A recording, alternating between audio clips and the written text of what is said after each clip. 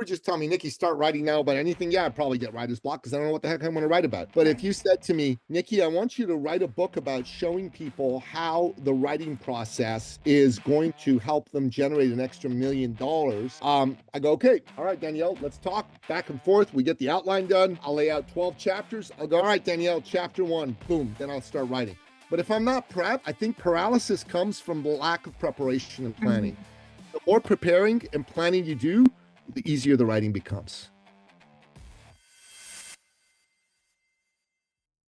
Some experts chase attention, but the smart ones build authority.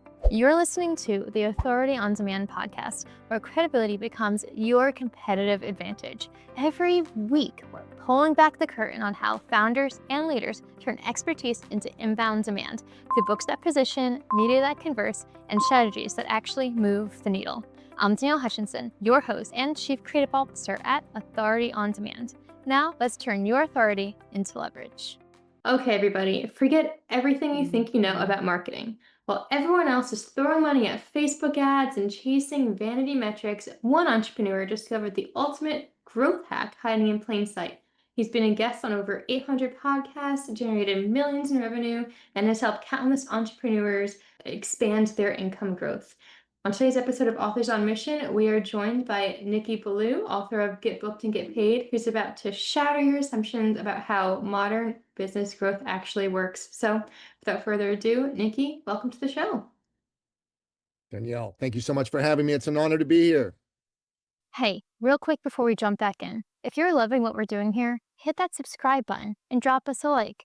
We're bringing you the best authors, the most real conversations, and all the writing wisdom that you didn't know you needed. So stick around because it only gets better from here.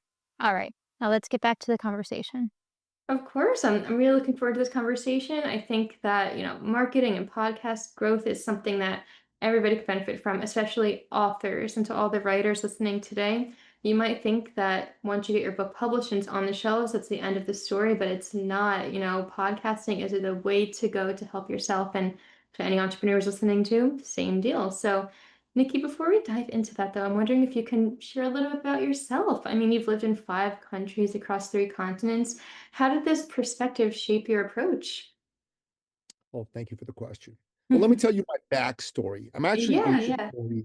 an immigrant from the Middle East. I'm a Christian from Iran. When I was 11 years old, the Islamic Revolution took place in Iran. And there were literally gun battles going on in the streets, just a few streets away from our home.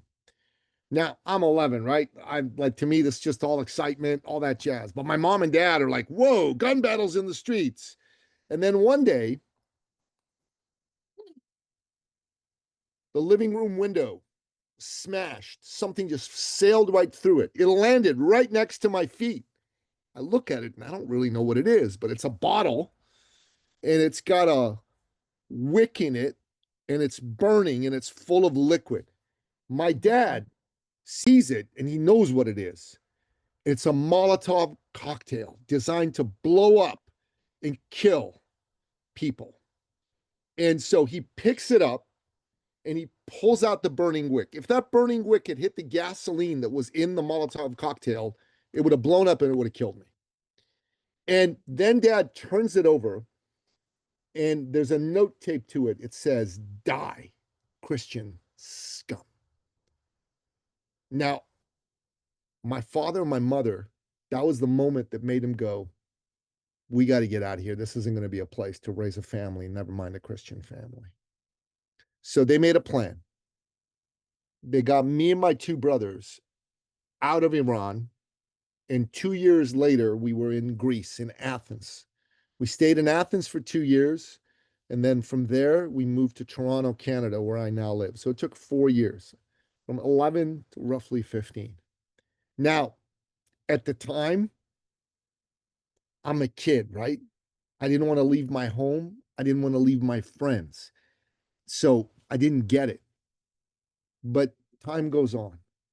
Maybe you can relate. Maybe your mom and dad did some things that you didn't get back in the day, right? And you were mad at, and you were like blaming them for, because that was me.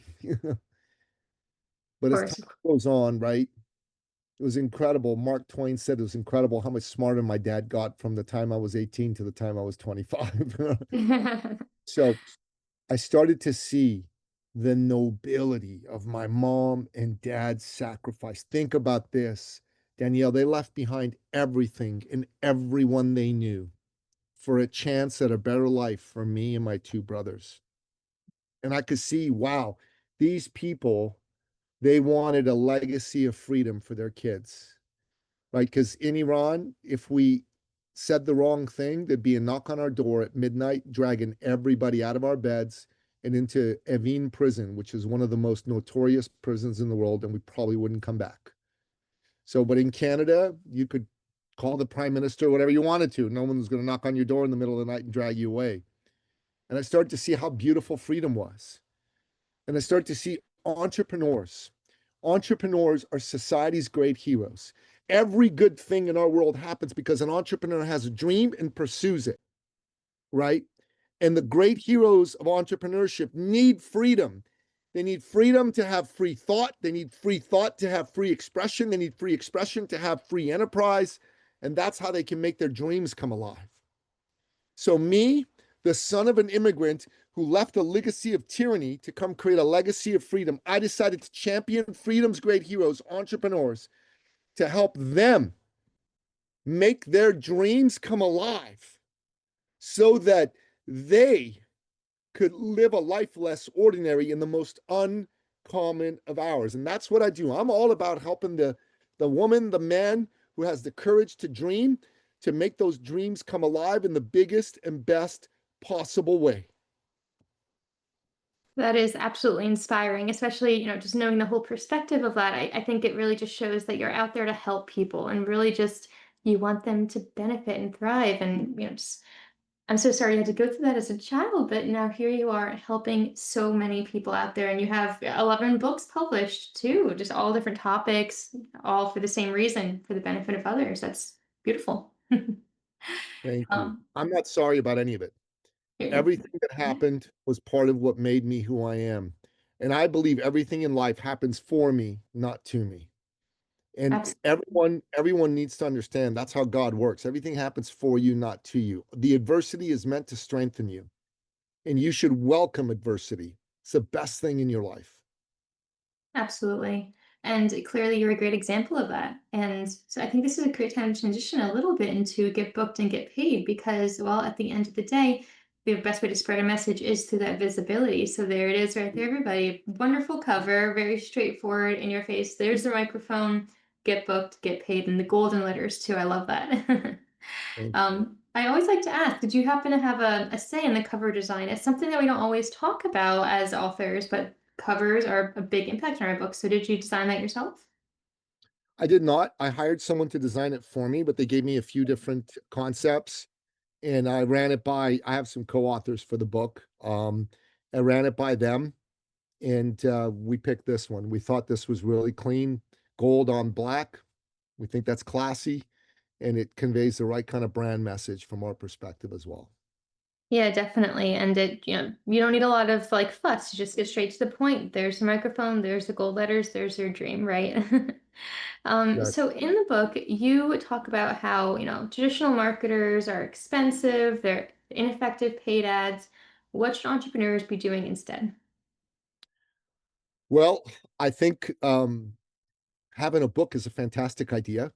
A book funnel is amazing. I mean, my first book, the first edition of Finish Line Thinking, How to Think and Win Like a Champion. So that first edition of my book, this is the first edition. It's 30 pages long. I've had 5,000 copies of this book be in the hands of entrepreneurs. This book has conservatively made me over $3.5 million. And not from book sales, right? But just from having it in the hands of the right people and then scheduling breakthrough coaching calls with them. And those breakthrough coaching calls led to a sales conversation. And that's how I got so much business. And if you're an author, it gives you credibility, it gives you an opportunity to showcase your expertise. And if you hand the book to people, especially if it's a short book like that book was, I mean, 30 pages, nobody could have an excuse for not reading a 30-page book. I mean, them reading that book would hit them with the message you want them to get. And a whole lot of people reading the book go, oh, yeah, you're speaking to me. This is great. Let's talk. And leading from reading the book to having a coaching call to having a sales conversation was a fantastic sales funnel, as far as I'm concerned. Yeah, absolutely. And I think that it's something that anybody could, find use out of, regardless of whatever your market might be. It's a great example. And I'm sure you've helped people in many different areas. Do you have a specific example, perhaps, of a client who implemented your system and they saw results? And I'm sure you got a ton of those. Well, you know, I didn't teach book marketing funneling because I learned it and I used it myself. Um, Uh, but what I did do was I decided to use that funnel in order to get more attention for my podcast guesting program, right? And that's when I wrote Get Booked and Get Paid. This is my latest book. of course. And so, that was the first book. This is the 11th book. And in between, there was a bunch of other ones. But the beauty of what we talk about in this book is really straightforward. So this book came out of necessity being the mother of invention, Danielle. So I'm sure you remember the lockdowns and the scamdemic that happened just a little while ago Scams. in the country. That's the first So time I've heard that one. I like it. very good. So in Canada, the lockdowns hit us very hard. My business at the time was in person 3-day live immersive workshop events. And from there, we'd have enrollment opportunities into year-long programs. So it's really, really important that we do these events in person. So when we couldn't do them in person anymore, our business took a hit, a $500,000 hit. So I'm like sitting around and going, "Crap, we got to replace this money. I don't know what to do here. I better call my coach, my mentor." They go, "So Mark, man, listen, I'm freaking out over here, bud. What do I do here? Like, we're not we're not we're not making money." Right? He said, "Hold on, give me a minute, let me think about it." And Mark von Muser, who co-authored this book with me, he was Tony Robbins' director of sales training and coaching for 5 years. He helped add over 150 million in sales to Tony Robbins' business. Okay. So Mark comes to me and goes, "I got it. Why don't you go be a guest on other people's shows, but not just to get branding and visibility, but actually get relationships, lead, sales, clients?" I'm like, "Okay, that sounds great. How do we do that?" Right? I'm excited. I mean, I was ready to try anything. So Mark gave me the most profound piece of coaching I've ever received in my life, Danielle. Are you ready for it? I remember it verbatim. That's how I'm profound ready. it was. He said, and I quote, "I have no freaking idea, but we'll figure it out together." End quote. So I'm like, okay. So I find, Podmatch, which is how you and I met. And Danielle, in 30 days, I went on 100 podcasts. 100 podcasts in 30 days. That's 3 a day.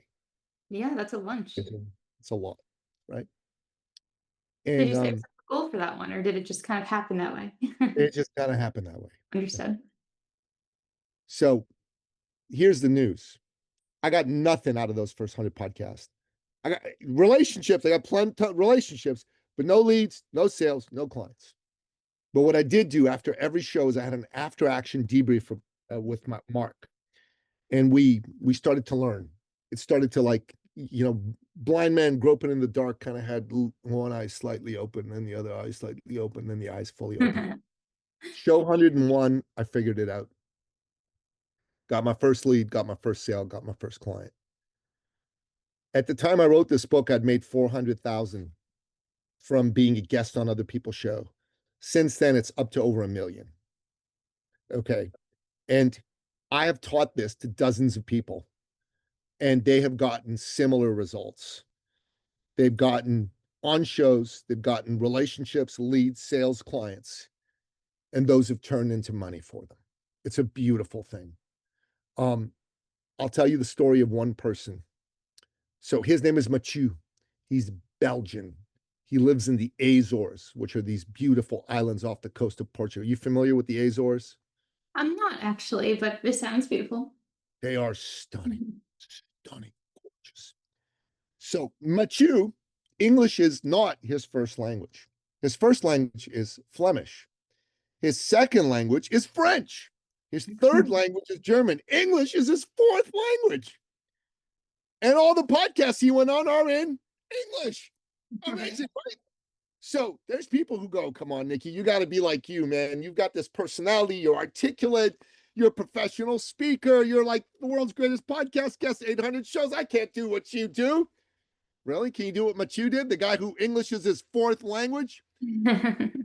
First show he went on, as a result of what I taught him, he got himself a 4,000 euro client. In 84 days, he had 124,000 euros in sales. That's about 160,000 USD. English is his fourth language. He has an accent. He kind of looks like a Belgian Jesus, man. He's got the beard, the long hair, and he speaks like this. Hey, Nicky, it's Machu. I'm ready to speak to you. Come, let's talk. I mean, the guy's English is his fourth language, and he got sales. That's the beauty of this. You don't need to be somebody with a command or mastery of the English language. You just need to be somebody who's excited, honest, articulate, and ready to share a message in a very specific way. I love that. That's an amazing example. First off, somebody who you wouldn't expect, but was able to be very successful from it. And it really does have to do with enthusiasm, and that's what I'm seeing from you too, Nikki. All of the the screaming and the hand gestures. It gets people interested. So you're a perfect example for that as well. So transitioning a little bit though into the writing process itself, because we are a author's podcast. I Sure. have to ask, you mentioned you co-wrote this book. I'm wondering what that process was like for you. It's something a little bit unique that not everybody has experience with. Yeah, so I've written books on my own. I wrote this book with somebody. So we sat down and we had a map out session to lay out all the chapter headings, right? The topics we wanted to talk about.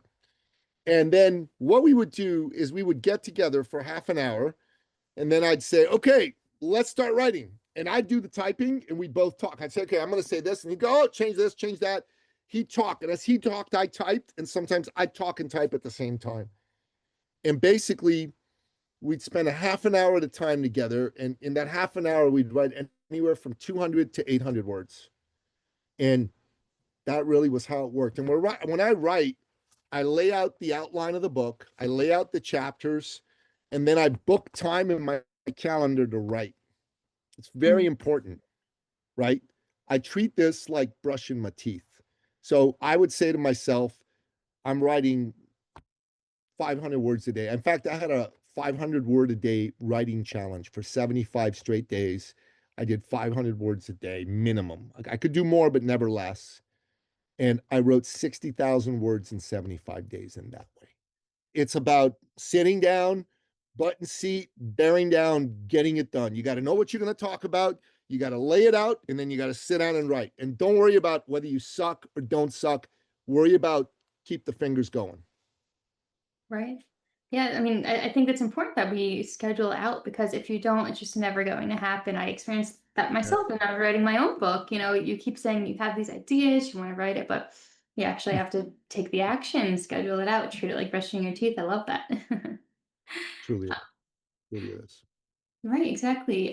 So, a little bit more about the process. You said set yourself a goal, you had this challenge, but what if you just didn't know what to write? And if you ever came across some like writer's block, was it like pulling teeth, or what did you do then?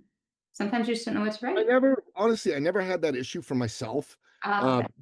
And the reason is because I planned and prepped. If you were just telling me, Nikki, start writing now about anything, yeah, I'd probably get writer's block because I don't know what the heck I want to write about. But if Right. you said to me, Nikki, I want you to write a book about showing people how the writing process is going to help them generate an extra $1 million. I go, okay, all right, Danielle, let's talk back and forth. We get the outline done. I'll lay out 12 chapters. I'll go, all right, Danielle, chapter one, boom, then I'll start writing. But if I'm not prepped, I think paralysis comes from the lack of preparation and planning. Mhm. The more preparing and planning you do, the easier the writing becomes. Perfect. So I guess you would advocate for having a strong outline then, and really just Fine. planning out chapter by chapter. So Yeah, and I would run it by people. I wouldn't just do it yourself. I run everything by people I trust. Understood. So all of this being said, then you have this book out, you have 11 other books out there, and clearly you got a mission for entrepreneurship and thought leadership and helping others. What do you see as being the future, to come now that you have this book out? What can we expect in that industry moving forward? What do you think? Well, look, I say always, I read over 100 books a year. I participated in the Goodreads challenge since 2015, and unfortunately, something happened to my account and the challenges were wiped out. But the books I read weren't. But I've read over 100 books a year on average since 2015. So this is we're talking 1,200 plus books since 2015 to 2025 right now, over an 11-year period, right? And readers are leaders, and leaders are readers. So the first thing I would say to somebody listening to this show is, do you actually read yourself? Because if you don't, start. This is a real background. This is my office. And those are all the books you've read. That's quite a collection. Well, I haven't read all of them, but I've read a lot of them, right? The books Understood. I'm looking to read, right? So to me, that's like really important. You got to read. And I like reading paper books because it's soothing and calming. Reading on a Kindle, man, actually stresses me out. You Mm. know, you know what I'm saying? So Yeah, that's there's why, a science behind that, the tactile feel of the book while you're yeah, reading it, the smell. yeah, especially. And honestly, I'm not into listening to books. I'm just not into it. I know there's people who love doing that, not me. I like reading the book. I like taking the time to let that like go into my psyche and into my being. And I think that's the way it ought to go. So the first thing I'd say to someone listening to this is make a commitment to read. Goodreads.com is a great website. And on goodreads.com, you can easily track your books. You can enter reading challenges. You can have friends. It's a social media kind of book sharing site, as it were. Um, and I'm a fan. I'm a huge fan of Goodreads.com. And I also suggest you don't just read nonfiction, you also read fiction. I know this is counterintuitive for a lot of people in the personal development and business space, but fiction ennobles the soul. Fiction actually helps you learn.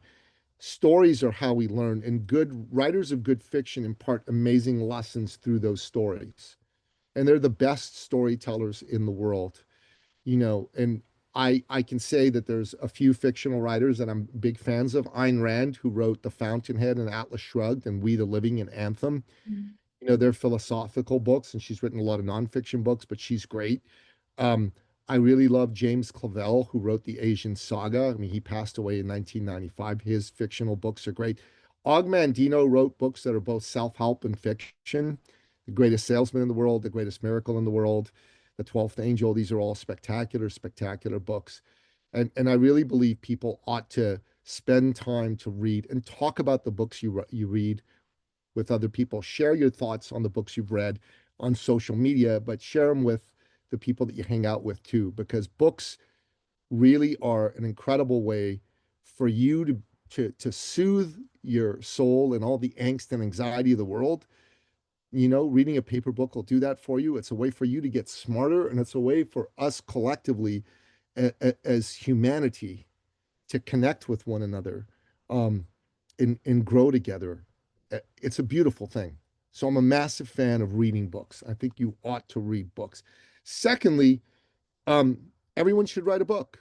Everyone should go out there and put a book together. It should be a book that you write to share your message in the world, but you could also write fictional books because it's a beautiful way for you to share stories with people. I'm looking forward to publishing my first fictional book soon. Um, and I really believe everybody should have a book out there and use that book to let the world know who you are and what you're all about. And thirdly, podcast guest your way to success, because you can meet all kinds of great people who help you amplify the message of your book, the message of your business, the message of your heart. Those are all amazing pieces of advice. I mean, reading a book to get new insights for your own writing, incredible stuff. You're right. People need to read more because, that's how you get those ideas and improve yourself. And the podcasting, too, of course, the connections you make, and you never know where those might go. So, all beautiful pieces of advice. But I do have to circle back. You'd mentioned that you're writing a fiction book. Is that what's next on the agenda for you? It's actually been written for a little while. I have to just get out there and publish it. There've been a Okay. couple people that said they were going to team up with me, and it hasn't quite panned out. So I may just go ahead myself and put it out there. Understood. Well, that's really exciting, and we could all, be on the lookout for that then in the future. Where's the best place for people to stay up to date and be on the lookout for that book in addition to all the other fun things you're up to? I'm the only Nicky Billou in the world, so find me on any social media platform, but go on Amazon and check out my books. It's a great way to get to know somebody is read their book list. Of course. Well, there you go, everyone, and check it out on Amazon. Search up the titles, check out Nicky Billou, and he'll pop right up. Any websites that we should be heading to or social medias? Any social media you want, my websites are ecircleacademy.com, thethoughtleaderrevolution.com, and sovereignman.ca. Those are my main websites. Well, perfect. There we go. Everybody, we're going to go ahead and put the links in the description box of the podcast today, so you can go over, click on those links, and get in touch. Because Nikki, I mean, you're the world's greatest podcast guest. You know what's up. You know the best piece of advice, everyone. So, guys, go ahead and check it out, and also don't forget to check out Get Booked and Get Paid. So I'm wondering, before we wrap up today, is there any other bits of advice that you'd like to leave our audience with today? I'd like to tell you a story to finish things off. Let's do This is a it. pretty powerful story. So, nearly 8 years ago, I was introduced to a lady who was the country director for one of the world's oldest and biggest personal development programs. And she ran Canada. And her story is pretty wild. Um, she was very successful and she decided that she wanted to take the company to another level. So she kind of brought on this fellow to help her run the company, a little bit like Steve Jobs did back in the day with Apple when he brought in John Scully in the early 80s. And just like Steve and John, for about a year or so, they really got along. They were making great things happen. But after that, their visions of the future started to diverge. And just like Steve and Jobs, there was a board of directors involved, and they sided with him and fired her from her own company. And you might be thinking, who the hell gets fired from their own company? But with a board of directors, it's very easy, right? So she's like lost for about 18 months, bereft. And then someone Mm. tells her about me and my company, and she comes to me, and at the time I'm working with and I still am working with my girlfriend, and this lady was hurting, so we just poured into her. We loved on her. We helped her get clear on her message, on her ideal client, because she just was jumbled up everywhere. And she started to go out there to work. And in her first month, she did quite well. She did 10K in new sales. In her second month, she did 12K. So she was really happy. In her third month, she jumped all the way to 18K. She was like super excited. But in her fourth month, man, she really took off. She did $62,200. That number will become germane in a moment. Now, she lives in Ottawa, and I live in Toronto in Canada. It's about a 5 hour drive. My eldest son at the time was 12, and he had a soccer tournament in Ottawa. So we're driving to Ottawa, and I call her because she has a son my son's age. And I say to her, hey, my son and I are coming to Ottawa for the soccer tourney. Would you like to bring your son over to watch a game or two? Maybe we'll all have lunch. And, the 12-year-old boys, it'd be fun, right? So she said, sure. And it was great. There were good luck charms. We won the tournament, which was fantastic. We all had lunch. And then I drove home, and she drove home, which for her was 20 minutes and for me was 5 hours, right? So a few weeks later, we had one of our quarterly branded thought leader immersion workshops.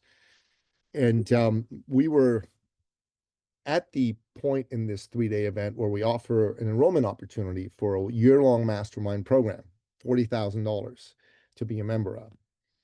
And anyways, the way that I do my enrollment opportunities is I don't do the pitch. I actually ask my existing members to share their stories and experiences. Way more powerful, way more effective. So I ask, is there anyone who'd like to share their story? And normally people put up their hand and I pick on them. Not this time. This lady, and I'm going to call her Julie, she races up on stage, almost knocks me over. She's like tiny, but you know, bundle of energy that day. So I just step back. I go, all right, I guess you want to go. Go ahead, Julie. And I'm standing behind her. So I'm like, you know, wearing my like classy suit, you know, I'm looking like dressed to the nines. I'm like ready to like enroll, right? Like I'm in enrollment mode. Right. And I'm just standing like this and I'm watching her and I can see her from the back. And she's not saying anything, but she's kind of looking at people. And then all of a sudden she stops and she goes like this. What's going on? And then I hear a sob. I go, she's crying. Oh my God, she's crying. And I go, what the hell did I do wrong here? Why is she crying? You know, so my girlfriend comes up, box of tissues, hands them to her, and she gratefully accepts them. She looks back at me, brings me across, and she said, Nicky, you didn't know this, but back when you and your little son came to Ottawa and me and my little son went to visit you guys, on my way there, my boy sitting in the back seat, he's going, Mommy, Mommy, Mommy, who are we going to meet? Who are we going to meet? 12-year-old boys full of energy, like excitement. And she's like, oh my God, okay, I better like tell him. She says, okay, honey, we're going to go meet Nicky Billou and his son, right? And then she said, all of a sudden, my boy, she said, got really quiet, my sweet boy, and that never happens. And I look back and go, what's the matter?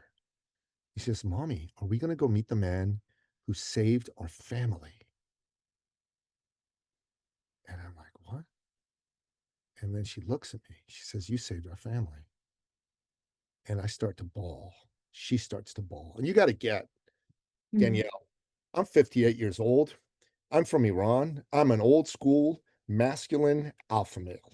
I don't cry in public. Okay. What I did on that day. Right.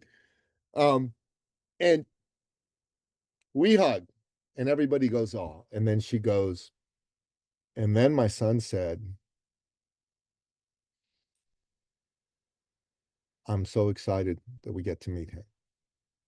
And she said, I want to tell you something. When I first came to see you, I hadn't worked in 18 months and I'm the main breadwinner in our family. My husband's an artist. He's like a photographer. And we had not paid the mortgage in over a year.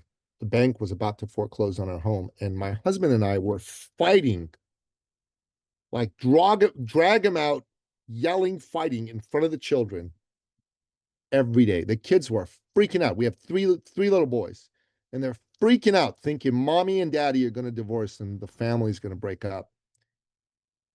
And she said, but I met you. You helped me make the money to pay off my mortgage and catch up on the loan. And then because of that, my husband and I stopped fighting and you saved our family. And then I hugged her again and we're just like the waterworks are like heavy duty. And then we handed out the enrollment registration forms because you know normally I call on 2 or 3 people, but Danielle, I made an executive decision that nobody was going to top that. So here you go. And normally how it works is there's some people who sign up right away, there's some people who are no right away, and there's some other people I got to sit with and have a conversation with to get them to yes or no. There were 8 people in the room that were potential buyers that day.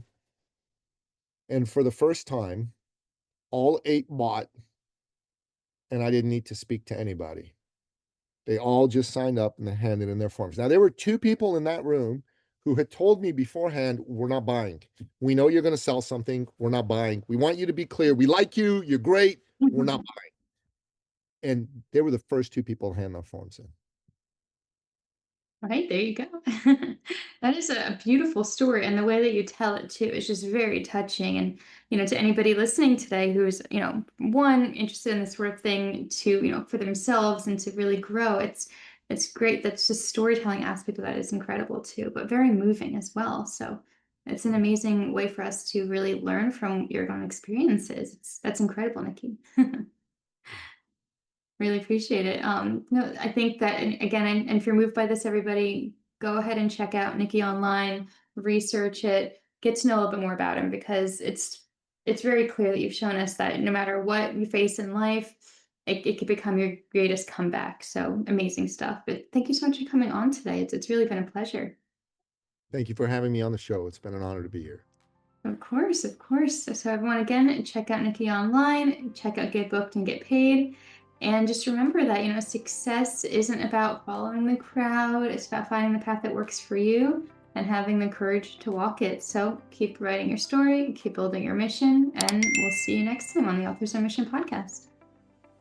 That's a wrap on another episode of the Authority on Demand podcast. If today's conversation sparked something in you, don't keep it to yourself. Share this episode with a founder or leader who's ready to stop being the best kept secret in their industry. If you want to turn your expertise into inbound demand, head to authorityondemand.com to see how we help clients go from unknown to in demand. I'm Danielle Hutchinson, and I'll catch you on the next one. Now, go build some authority.